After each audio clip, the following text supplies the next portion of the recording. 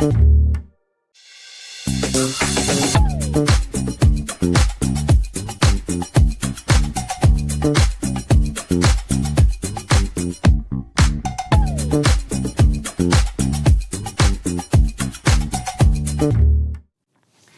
morning, Dubai. It is Friday morning. This is the Lovin Dubai show, and we go through the top trending stories that everyone across the country is talking about. Our top story for you today: 2026 has been named the Year of the Family in the UAE. And UAE cracks down on shops selling tobacco near schools. We're talking about an Abu Dhabi student made a record-breaking run in Kerala. And later on the show, we're going to be joined by Evren Ozka, who turned his life around and is running 890 kilometers very soon through Qatar, Bahrain, and UAE. So amazing. We also have a giveaway on the show today. It's a cutesy innovation brand that will help you dry faster in style. That's going to be happening very shortly as well. And today's rapid weather report, it's mostly sunny with temperatures ranging from 22 to 32 Celsius. Okay, so I had about 9 hours sleep last night. How many hours sleep did you have last night? Oh no, I slept a lot because I was having the shivers. I feel like I'm catching the flu. Oh. Okay. So you know when your bones start hurting you? Ah. So I slept a lot. So that's Okay. not much. I did my hair care routine though before I slept, so that's something. Nice. It takes time. So you weren't that untold? Not untold, but I did But see we stories. should have been. We should have been. We should have been. I woke up So this true. morning and I saw the stories. It Looked so good. looks epic. Can we talk about how massive the venue is? We should. We should. It's so big. And between the stages, you've got so much action because you're in a theme park. Yeah. So it looks so cool. There were like booths and activities and food and so much to do. And it looked packed. It was. The reason I asked about the sleep last night, because I think we have to give the biggest shout out to Ujjwal, because he's behind the scenes here. Ujjwal, how many hours sleep did you get last night? Because he was untold. 50. Oh God. How are you still how are you awake? Are you still like having that hype up from the whole event? Like is it the music that's getting you the energy? What's keeping you awake?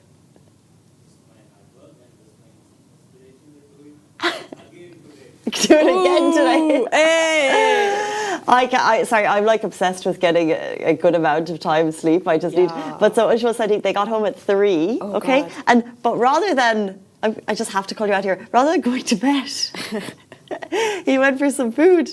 Oh, I do get him because after every concert I have to go eat. You have to, yeah, but eat on the way home. But if you're driving, Were you driving, Ujjwal?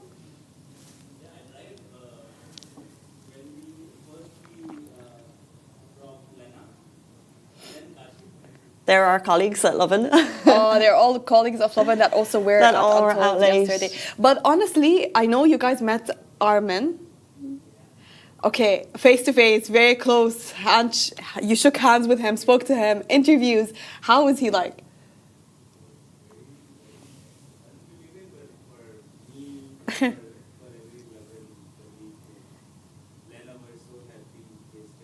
Yeah, she looked happy. Our Lovin Abu Dhabi crew.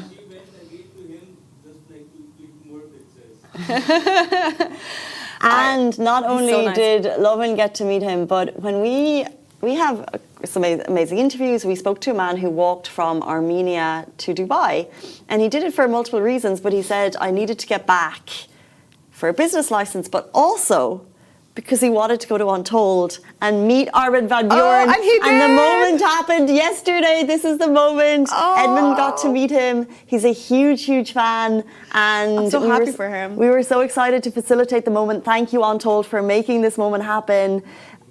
Oh my God, it's so goosebumps. cute. You know, I feel like this is how I'd react if I met Sabrina Carpenter. I really want to meet this woman.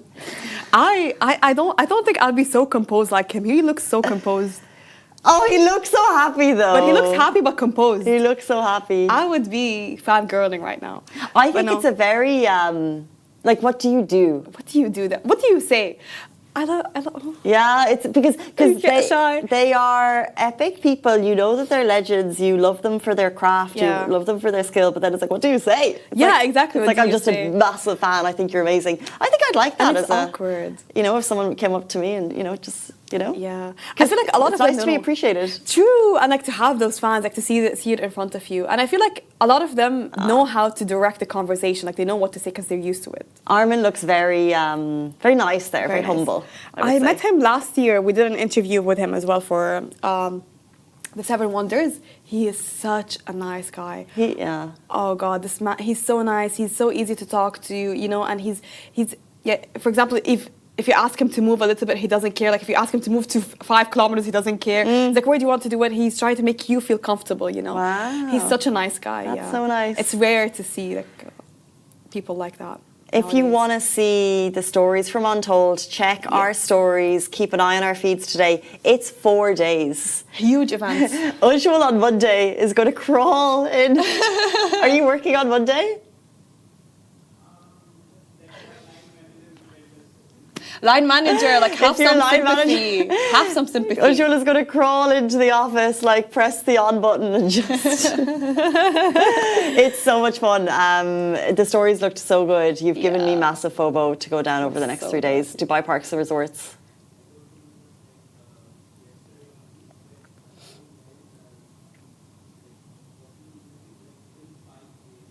"5 a.m. it's going on till."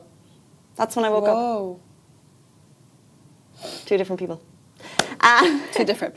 Anyway, it did look epic. different Check out vibes Lovin outside. stories.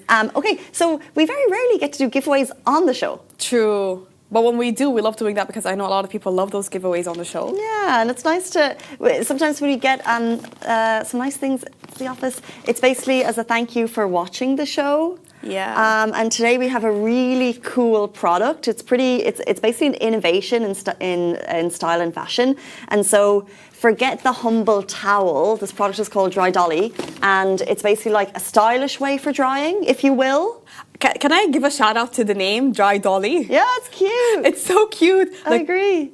Dry Dolly. That's such a good idea, by the way. I don't know how she thought of it. I agree. So, Dry Dolly, I think, well known in the UK, and yeah, it'll just be a smoother way to dry, whether you're at like the pool or you know, when you're like walking around the house and you just want to like feel a bit cuter for those cute moments. I didn't tell people how they can enter. Oh, how can they enter? How can they enter? If you're watching the show right now, tag a stylish friend or send us a heart emoji to win. So tag a stylish friend. Do it now. Do you have a stylish friend that you would tag? I'd say I am the stylish friend. So you're going to send the heart emoji. You are the stylish friend of all your friends? No, they're all very stylish. Honestly, I'm just joking. They're all very stylish, but I would give a shout out to specific people as well. Yeah, I would give a shout out to Judy. Judy, what makes her more stylish than other friends? She has her own unique style. Like she's very different. She makes things work that not a lot of people can make it work. For example, you know, it's called jorts, I think. Jorts.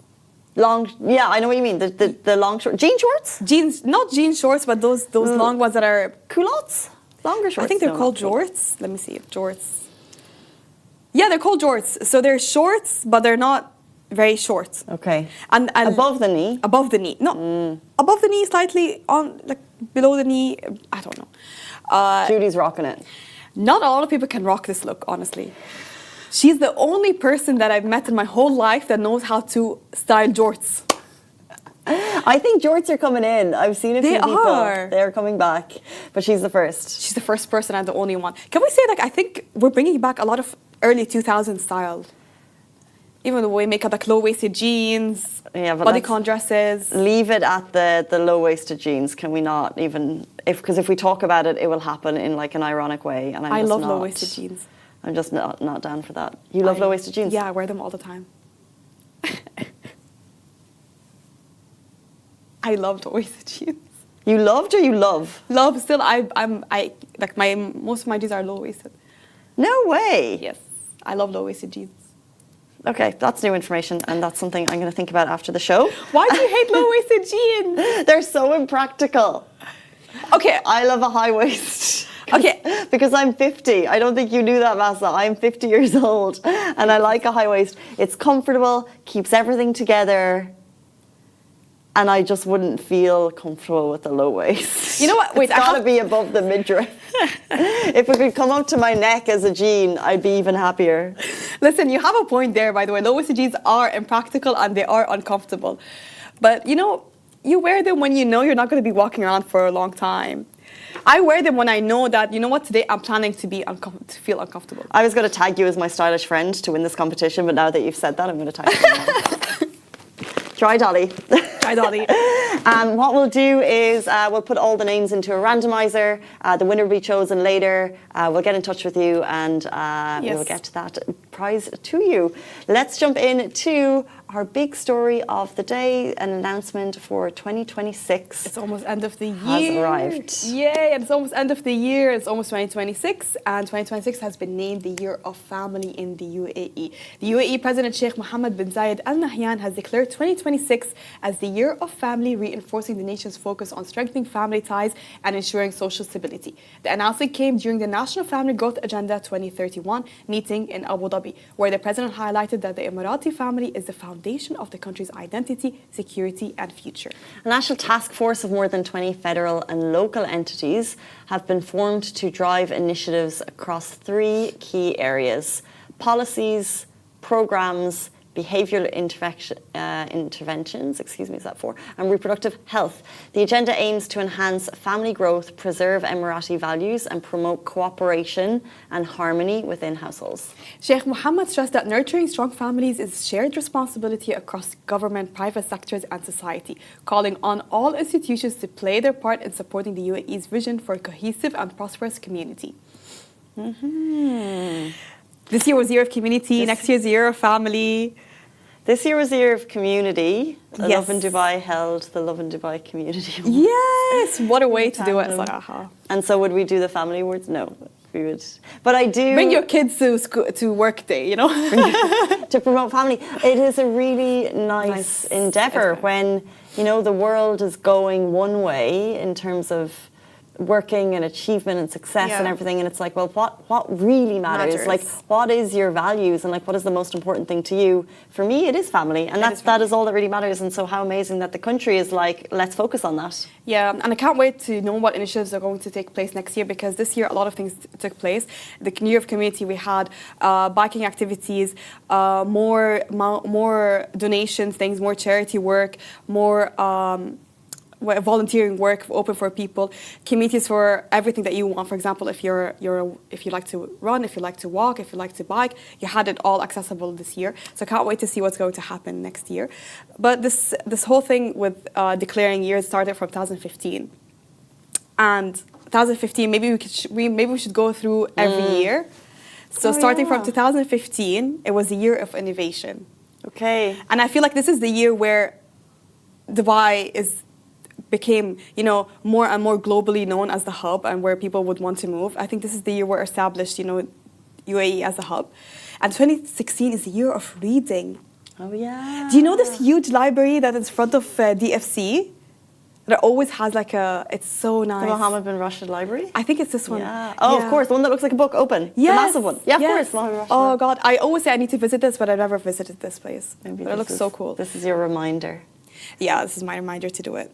2017 is the Year of Giving. I remember it well. You remember it well? Mm-hmm. What did you do that year? I remember all of the years well. The Year of Giving, I can't remember specific acts, but generally throughout the year there are initiatives which encourage giving. What the year is. Yeah. 2018 was the Year of Zayed, and 2019 was the Year of Tolerance. I remember 2018, the Year of Tolerance, very, very, very, very well. I don't know why the Year of Tolerance stuck with me for years. I think it's because it's amplifying maybe it's because it's amplifying something that's already prevalent in the city, and actually tolerance is such an underlying theme in the city, and maybe that was the time when someone kind of was like, hey, like, we're a really tolerant city. When you look at what happens around the world and in different cities, and there's so much hate in societies and communities, and you don't have that here. Exactly. And maybe it was finally the time that we're like, oh, we're doing pretty well. We're a year, exactly. And I feel like here we welcome a lot of nationalities, different backgrounds, different cultures, and we all like it's so normal for us. Like, this is how I grew up. I grew up in such an international city. I have access to all nationalities, and it wasn't something like, it's new to me. It was just part of life. 2020 is the year of preparing for the next 50. That's a nice one. And it was the year of Expo also. 2021, year of the 50th. So the start of maybe declaring something new. 2022, year of distinction and presidents. 2023, year of sustainability. 2024, year of sustainability but extended. 2025, year of community. And 2026, year of the family. More on that will be on our feeds, no doubt. It's always a big announcement and we're excited to bring that news to you. Let's jump in to our next story. So UAE cracks down on shops selling tobacco near schools. Authorities in the UAE have closed 2 shops and issued 61 warnings after finding tobacco being sold near schools. The Abu Dhabi Registration Authority discovered 18 violations, including displaying tobacco at checkout counters, offering home delivery and selling to minors. Over the first 10 months of 2025, inspectors carried out more than 1,600 field visits and 21 inspection campaigns to ensure businesses follow the law and keep communities safe. ADRA's Director General Mohammed Munif Al Mansouri said the crackdown shows the authorities' commitment to protecting students and promoting fair business practices, adding that the small number of violations proves most shops are complying thanks to ongoing awareness efforts. How is that even possible? How is that even happening, selling to minors? I would like on a moral level for those store owners. Because you know what, I know a lot of, we can't technically always blame those sellers and the people that are selling for the minors, because those minors, those pesky minors, they know how to maneuver their way in. They know how to get those IDs. They know how to, just give a fake age. But still, I think... Yeah, I had a fake ID back in the day. Yeah, I think we all did. And I'm sitting here and oh, those minors. those pesky, wily minors. But I remember there was, and back in our school, there was heavy inspections for cigarettes and smoking and vapes. We used to get... Was it a problem? It was an issue, yes. It's a big issue in schools. So we used to get, without any warning, suddenly they'll start checking up and they'll always find cigarettes or vapes or in the students' bags. But we used to have constant checkups. The vapes are such a sad thing because they became so prevalent and they're so unhealthy. Yeah. And a parent, we've spoken about this on the show before, if a child is going to do something, they're going to do it. It's so hard for parents to say, don't do it. It's not good for your health. And so authorities taking such strict action against even having the stores near the schools is so important, because if the schools aren't able to, even though, as you said, they're cutting it out, if the parents aren't able to, it needs just all round it's easy access if it was next to the school. They just have to walk 2 steps away. Okay, we have a next story about this person does not vape, right? Because it's an Abu Dhabi student. We're talking about schools in Abu Dhabi. We're jumping into a story about an Abu Dhabi student who made a record-breaking run in Kerala. Before we get to his time, Masa, Ujwal, maybe Sami, you'd be able to sprint. How quickly could you run 100 meters? Don't put me on the spot like that.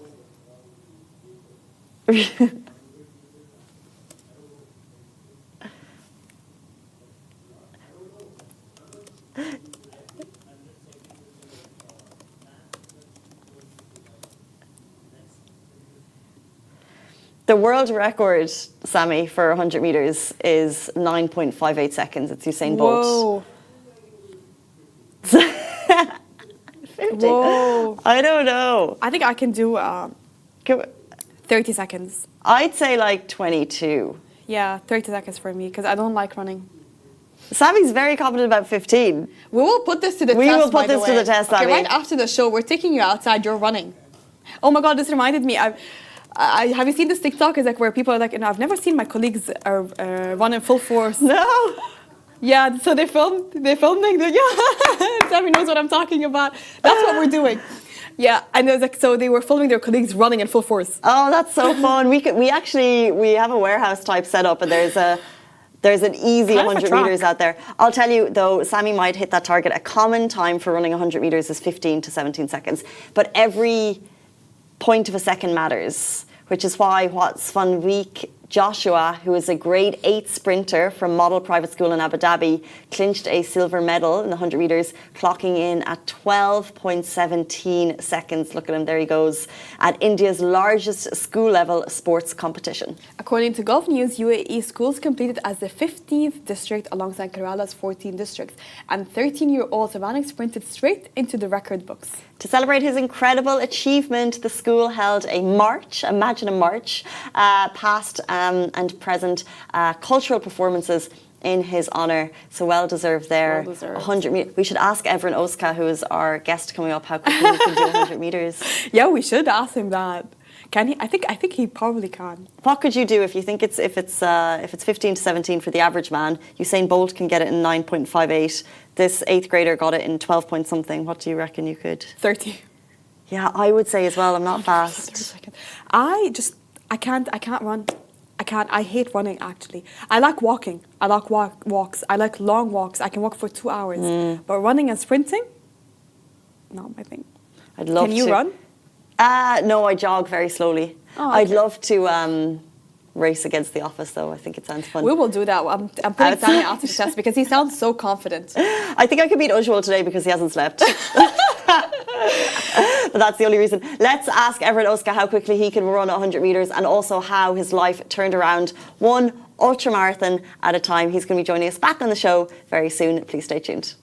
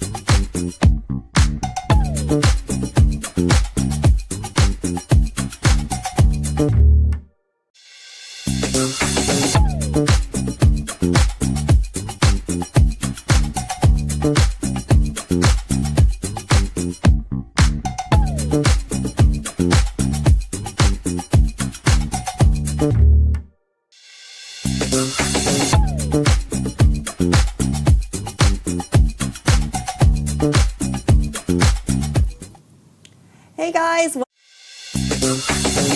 guest is Evren Ozka, a Dubai-based British entrepreneur who completely transformed his life, going from smoking cigarettes and takeaways to ultra running and peak endurance marathons. After losing 25 kg and completing challenges like running across all 7 Emirates, he is now preparing for his biggest mission yet, an 890 kilometre run across Qatar, Bahrain and the UAE in support of Dubai Cares. How's he going to do it? We're going to find out. Welcome to the show. Welcome to the show.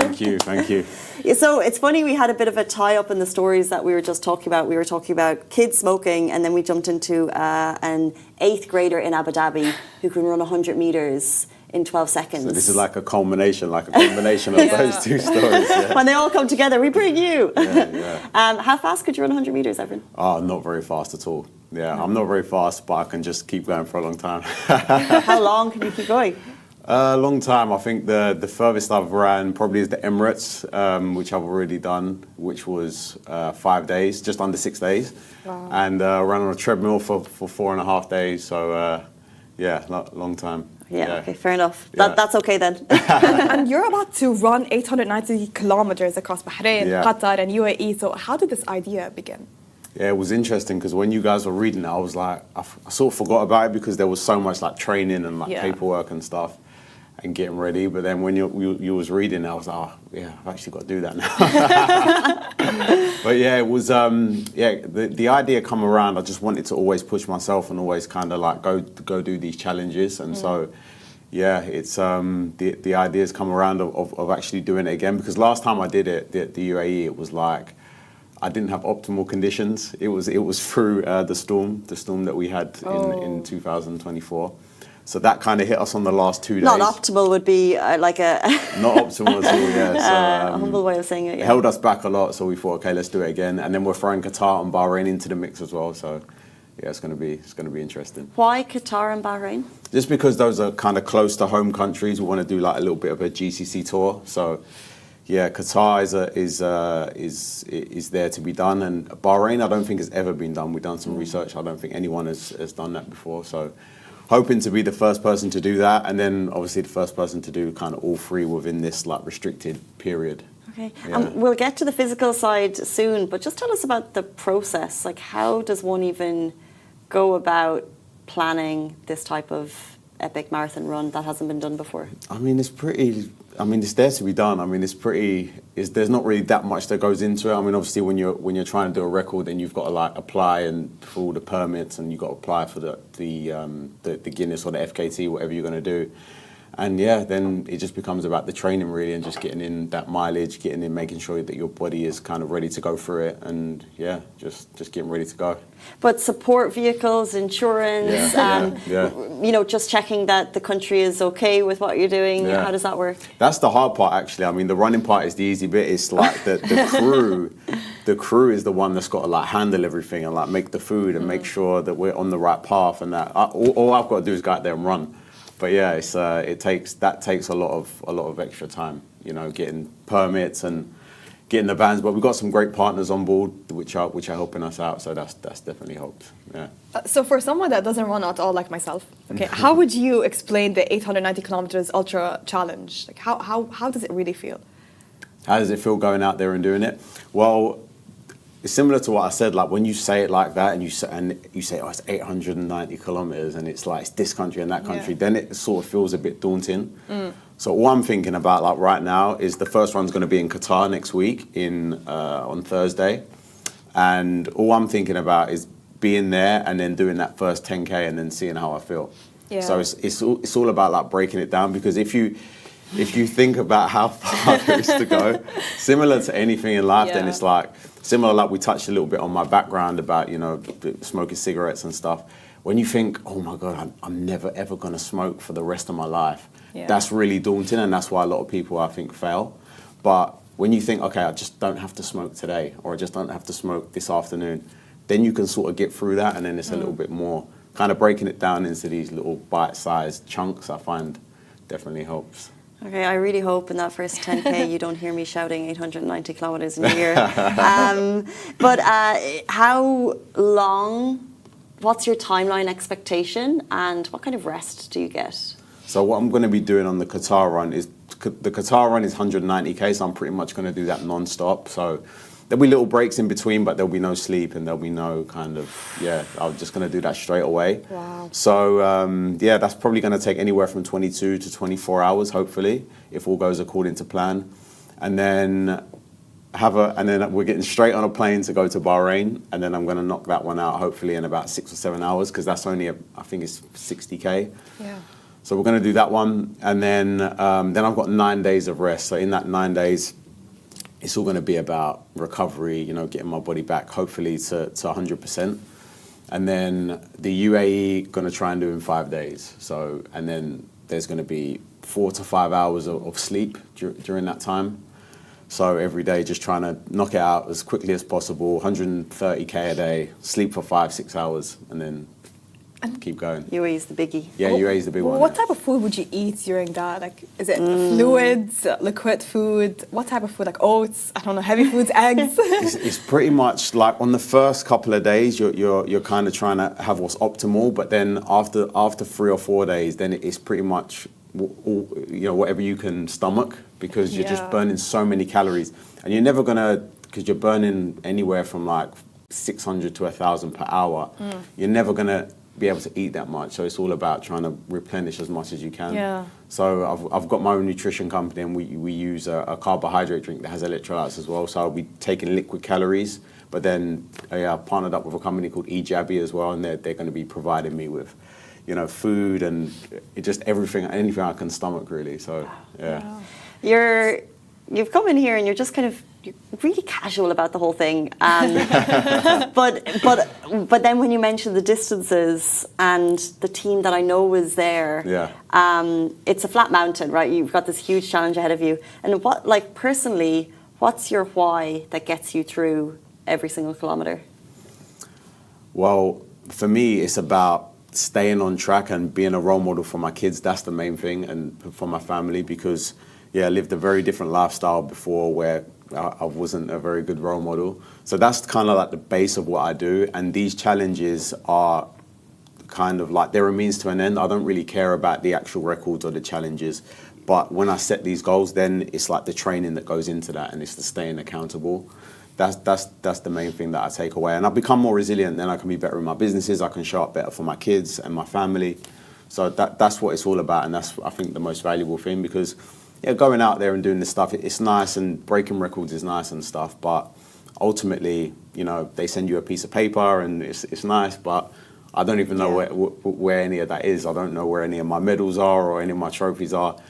They're not really important, but that process that you go through in order to become more resilient, that's what's valuable to me. But why would you say you weren't a good role model? Because I was just, smoking every day, drinking every day. I was 25, 30 kilos overweight. So I just wasn't living a good lifestyle at that point. And I would justify it because I was successful at business. I had some success. I was just like justifying it, saying, well, okay, it doesn't matter because, you know, I can do all this stuff. You know, I'm not, you know, it was kind of telling myself a story about why it was okay, but ultimately it wasn't okay. And I wasn't living my best life. Do you feel like the same person back then would have been able to run an 890 kilometers? Well, yeah, that's how I got into it. Really, it was basically when I started and when I wanted to make a change, there wasn't really much out there for me to do. So I kind of just jumped straight in and started doing these long races. Maybe drinking and smoking every day is an extreme. I'm not sure for people watching if it is or if it isn't. But for you, it sounds like it was an extreme. And so I wonder, what was the turning point that really made you change? Because I think sometimes we're all rushing. We all want that turning point of like, how can I go to the gym? How can I start running? How can I do this? So for you, what was your turning point?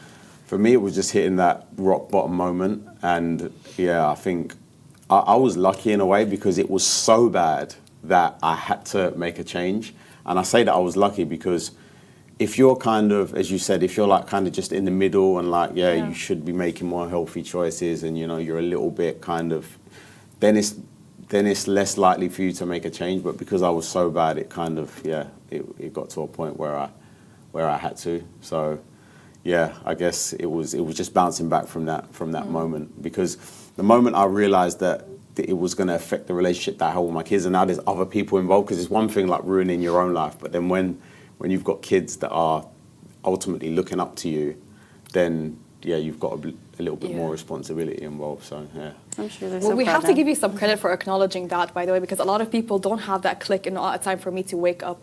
But if for someone that wants to change but is so into that lifestyle that it's so hard for them to break free, what motivation tip would you give them? I think, like, for me, I can speak, it's like, what it was for me is looking, not doing it for yourself, but doing it for other people, doing it for your family, doing it for your community, doing it for your co-workers, whatever it happens to be.